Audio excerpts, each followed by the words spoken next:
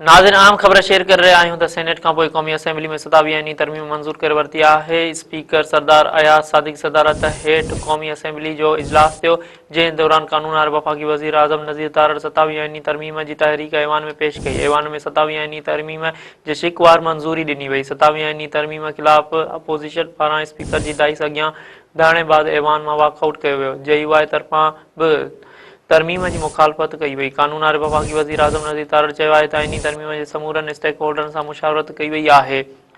मौजूदा supreme court जो chief justice आईनी अदालत जो सरबराह नथो बणिजी सघिजे। चीफ जस्टिस पाकिस्तान जो उहिदो बरक़रार रहंदो। नाज़रीन असां तव्हांखे ख़बर ॿीहर ॿुधाए रहिया आहियूं त सेनेट खां पोइ क़ौमी असेंबलीअ में 27 आईनी तरमीम मंज़ूर करे वरिती आहे। स्पीकर सरदार अयाज़ सादिक जी सदारत हेठि क़ौमी असेंबली जो इजलास थियो, जंहिं दौरान कानून वारे वफ़ाक़ी वज़ीर आज़म नज़ीर तारड़ 27 आईनी तरमीम जी तहरीक ऐवान में पेश कई। ऐवान में 27 आईनी तरमीम जे शिकवार मंज़ूरी ॾिनी वई। 27 आईनी तरमीम ख़िलाफ़ अपोज़िशन पारां स्पीकर जी डाइस अॻियां धरणे बैदि ऐवान में वॉकआउट कयो वियो। JUI तरफ़ां बि तरमीम जी मुखालफ़त कई वई। कानून वारे वफ़ाक़ी वज़ीर आज़म नज़ीर तारड़ चयो आहे त आईनी तरमीम ते समूरनि स्टेक होल्डरनि सां मुशावरत कई वई आहे। मौजूदा सुप्रीम कोर्ट जो चीफ जस्टिस आईनी अदालत जो सरबराह नथो बणिजी सघिजे। चीफ जस्टिस पाकिस्तान जो उहिदो बरक़रार रहंदो।